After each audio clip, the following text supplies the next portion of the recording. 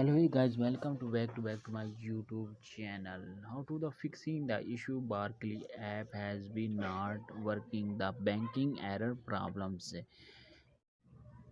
Barclays app banking the different error problem and the BG010 and different error problem RPS01 your payment manual is not going problems. Please check your 5 Conte PR and different error problems.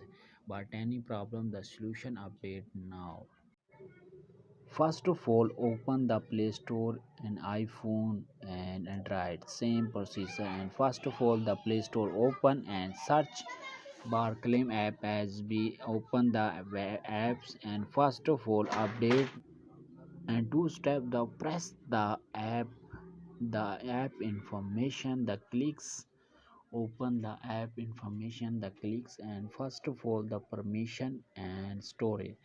First of all, permission setting open and uh, calendar is permission allow and first of all second storage and cashiers and first of all storage and cashier opens the all settings storage and cashier the properly claims.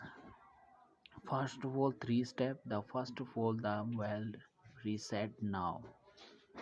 First of all, open the reset now and properly application the review open and first of all the application as we reset now. The properly problem the solutions and the applications workings. Thank for watching these videos.